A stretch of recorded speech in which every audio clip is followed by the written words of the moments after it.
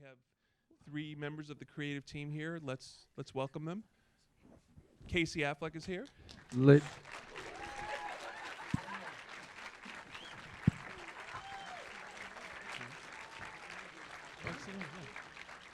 Lucas Hedges.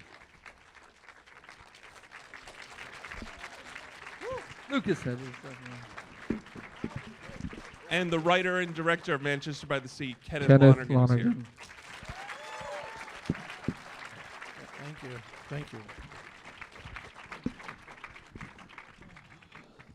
We Thank meet you. again. I watch your film and I'm just overwhelmed by the emotion in it. I mean, it aches and it goes really deep, and it's also extremely funny. And I think that those moments are like a gift when we watch this movie. I wonder, when you're actually writing the script like this, or any of your movies for that matter, if terms like tragedy or comedy or drama, they don't really truck with your output. They don't really seem to play into it.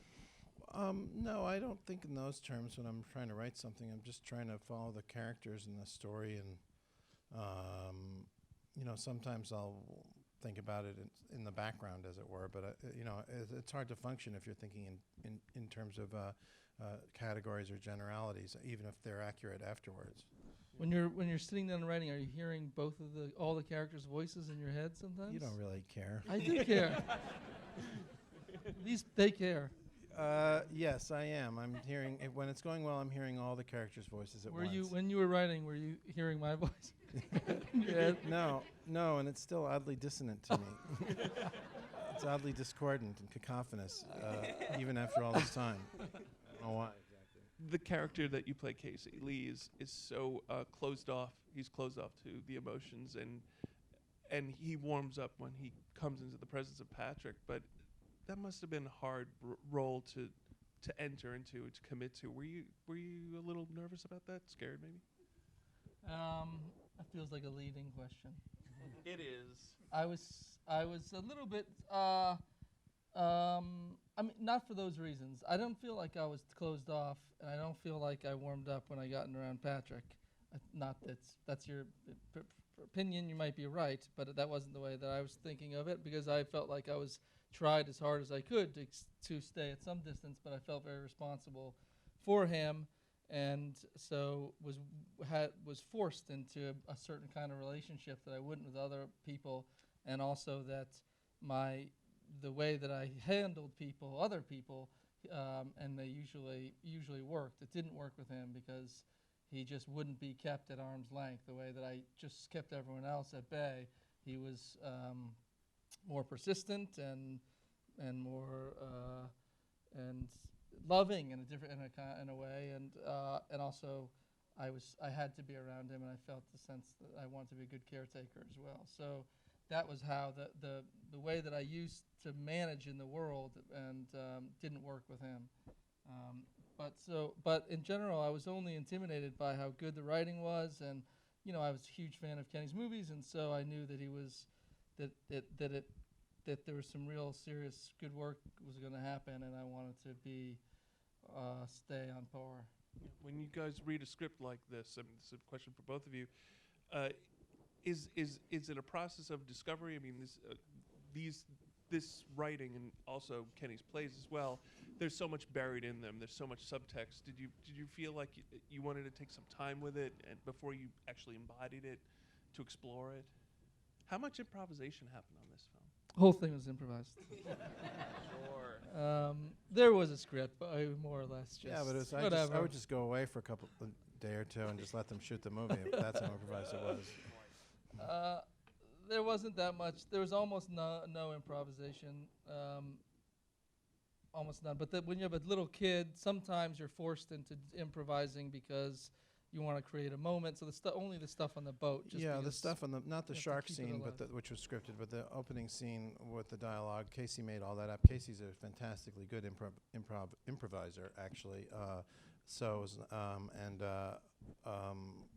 We were heading out through the harbor to get out to sea to shoot the scenes that were written, and we were there, and the boat was there, and the camera boat was there. So we started filming, and so I asked Casey to just talk to the kid then make up whatever he wanted to make up. And there's only a few lines in the movie, but there's a wealth of material that he did with little Ben O'Brien, who plays young Lucas, and I occasionally would shout suggestions through the megaphone from the camera boat if I thought of something, but that's all Casey. But the rest of this movie is essentially scripted.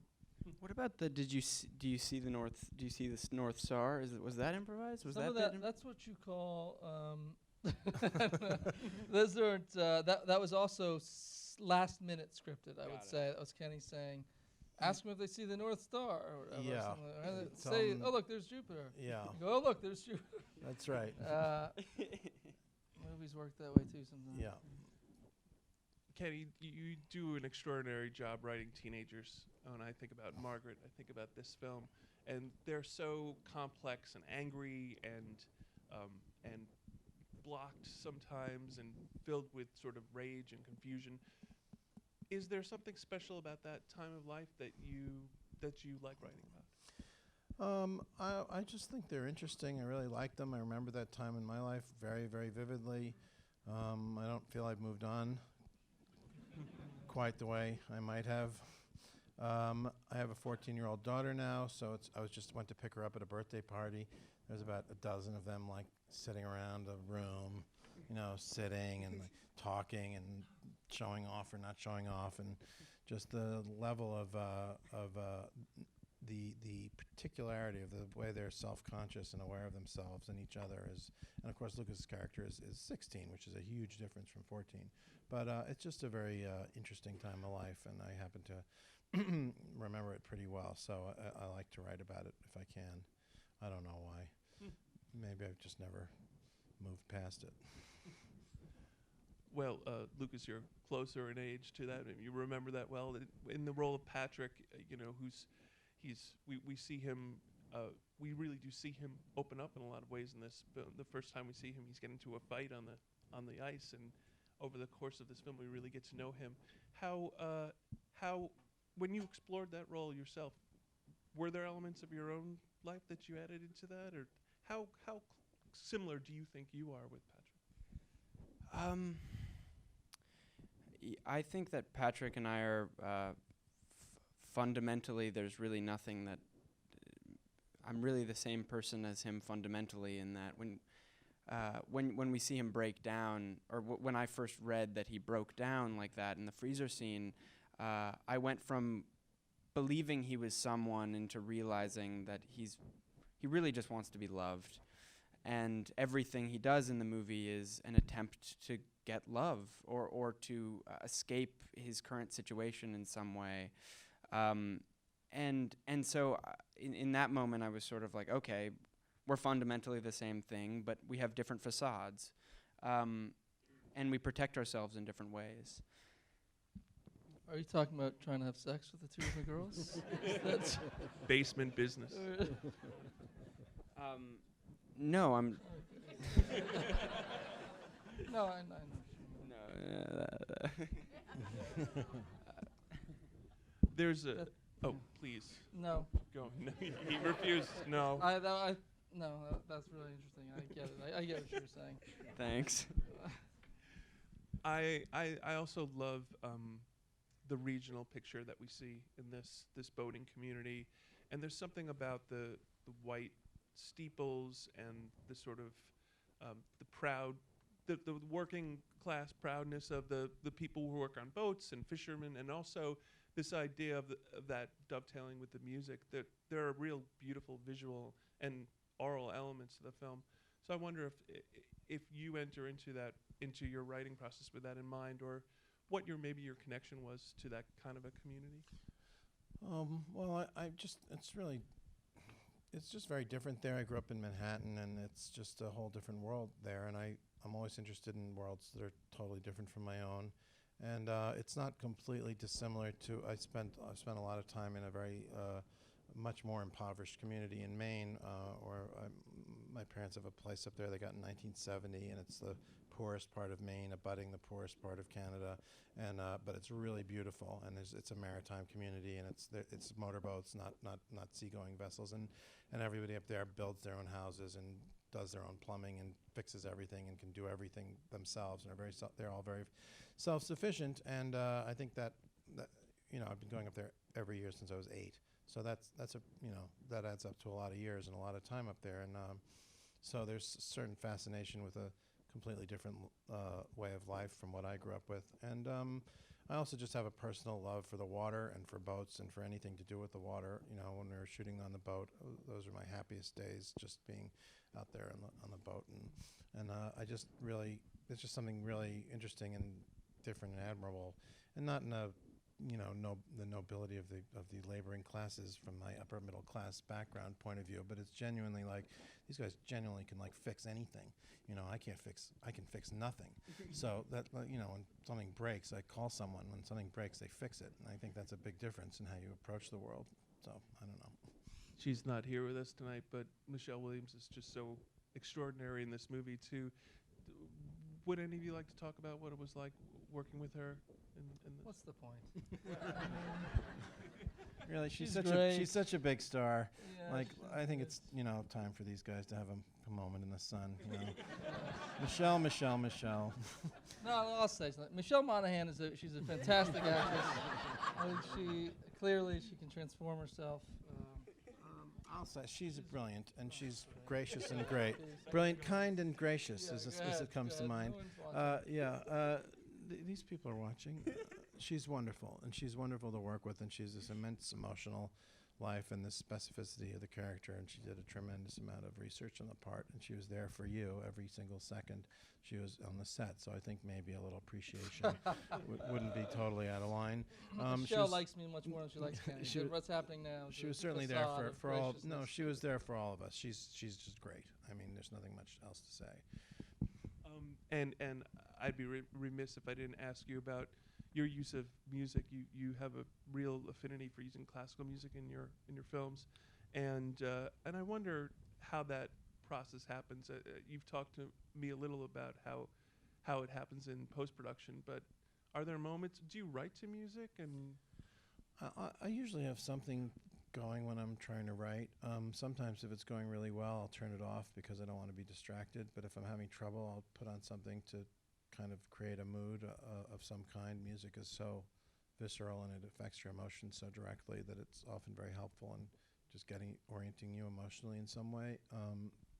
The music for the film really came about in the editing room. It wasn't part of a plan. It was a trial by error kind of thing, which hopefully results in a somewhat consistent musical identity for the movie. But it's not when you're trying to do it, it's not so much of an intellectualization as just trying things that sound good to me or that I like or that I find moving or interesting, and seeing which ones do something helpful to the picture that you put them over. I would love to get some questions from the audience here. If anyone has? Yeah, right there. I can repeat the question for everyone. I was just wondering if this was based on a true story or stories that you came upon and that inspired you. It's a question if this was based on a true story. No, it's made up. It's I mean, we've all heard stories like this, and I think most people know someone or know of someone to whom something this terrible has happened, but it was made up. The idea for the story was brought to me by Matt Damon and John Krasinski.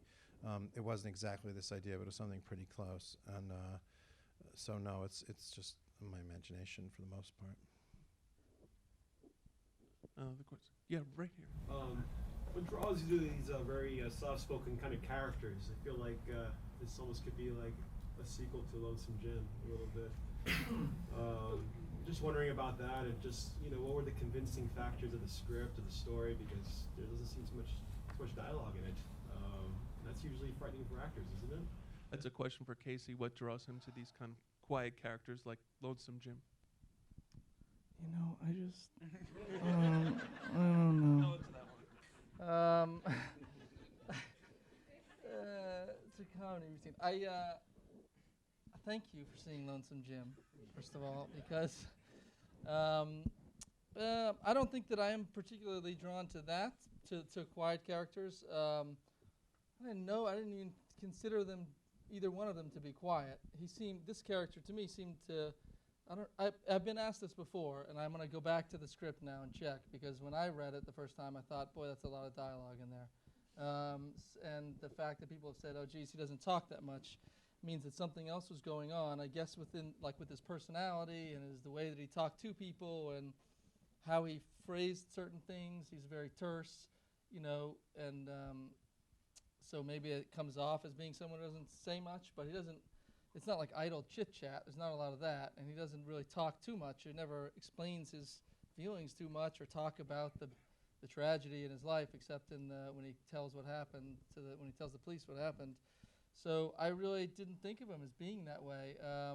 Lonesome Jim was just I don't know, I can't remember. I think that was I can't even remember anything about it. I can't talk about it.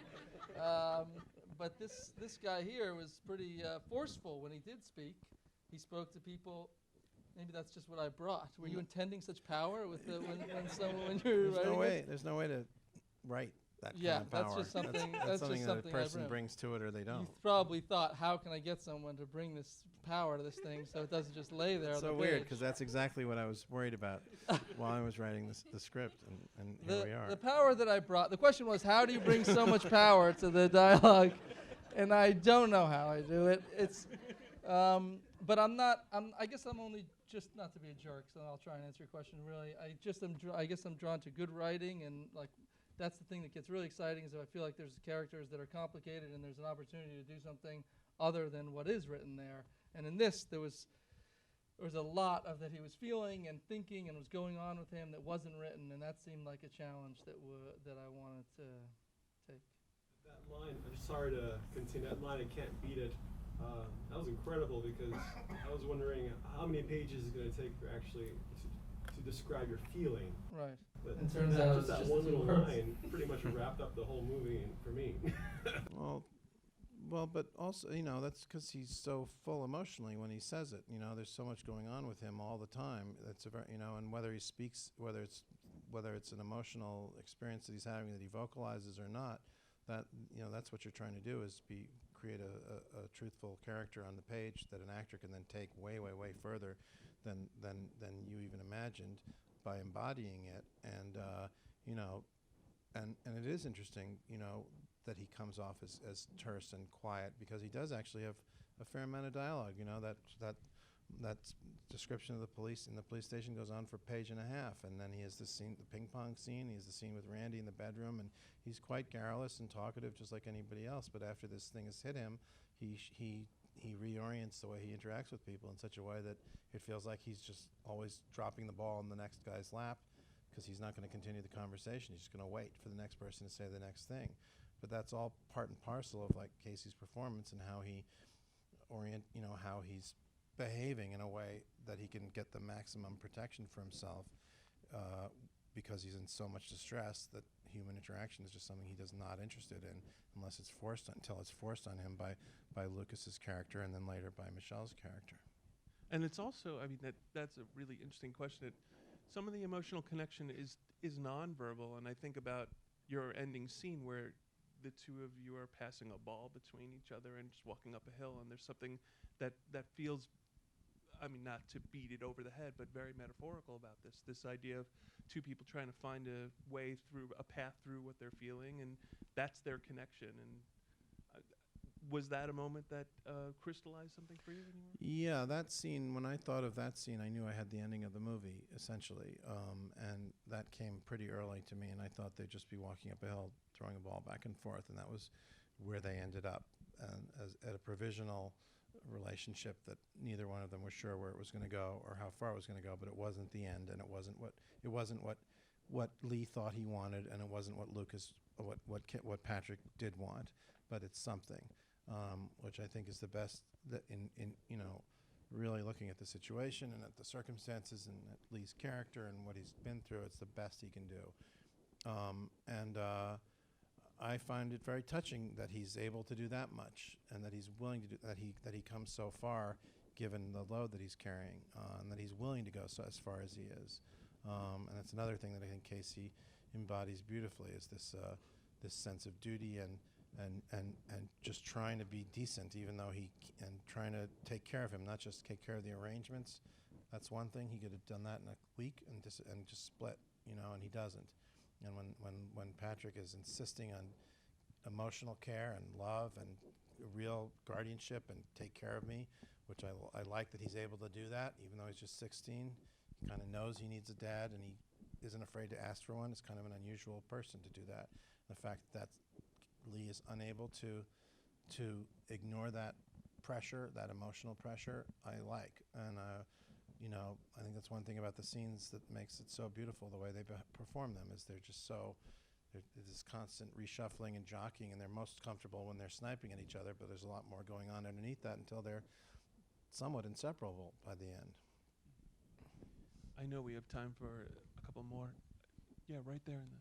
I just want to say, I thought Lee was such a rich character, both written and played, and that, like I heard Casey, you interviewed on public radio the other day, where the interviewer suggested that your character didn't show a lot of emotion, and you kind of said, well, that's strange to me because I felt like there was a lot of emotion, and I agree. And I just think that the character was so rich and well done that everything you do or like maybe don't say is also rich with emotion and with the writing and the acting of it. I just thought it was absolutely beautiful, and I thought that everything spoke volumes, whether it was verbal or not. And I saw that, and I appreciate that. I thought the whole thing was beautiful. Well, thank you very much. I mean, what does NPR know, right? That's like, I appreciate that, and that's Maybe a nice observation. Yeah, maybe we should repeat the comment a little bit. Maybe that would be immodest. Just saying that that the character's been characterized as not as shut down and not having a lot of emotional reactions, whereas is in fact overfilled with emotion, and more emotion than he can actually handle, and how beautifully Casey embodied that. I think one thing about this that I've been thinking about recently is that there are so many little details in a subtle, nuanced movie that you don't always see everything. And someone I love just recently said to me, oh, when someone picks up a ball, everything's going to be okay. That was their take on the ending of the movie, of bouncing a ball. And I thought, oh yeah, I guess that there's that in there too. And there, all the time people give these nice observations, and so sometimes people think, oh, it's kind of shut down, and then other people realize that it's different than that. And it's great to have different reactions to something, and not a movie where everyone has the same reaction because it's hit so right on the head, right on the nose. One more, sir. I have a question about how Lee, towards the end, really just breaks down to someone that's not related to him, in a way, in the crying scene at the end. I just was wondering if that was intentionally written. That was a question about how Lee breaks down to someone who's not related to him. So not a family member or his ex-wife, but Someone different. Was that intentional? Not as such, but I think it's reasonable that's where, George and his wife are as close to family members as you can get, really, without being actually related. I can see that he can't break down in front of Randy, and he can't break down in front of Patrick, really, or he'd way rather not.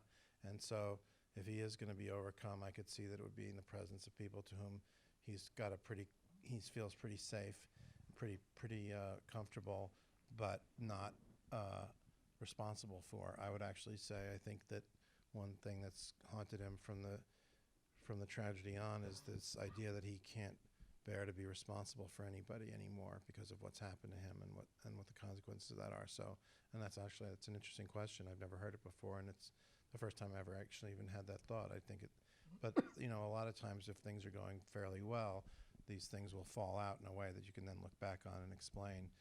But at the time, it just feels right that he would wake up there and just crack, and then gets himself together and picks up Patrick and takes him home, and then has a certain modicum of self-control beyond that. Well, you guys have been a great audience. Thank you Let's thank so our much. guests. Thank you.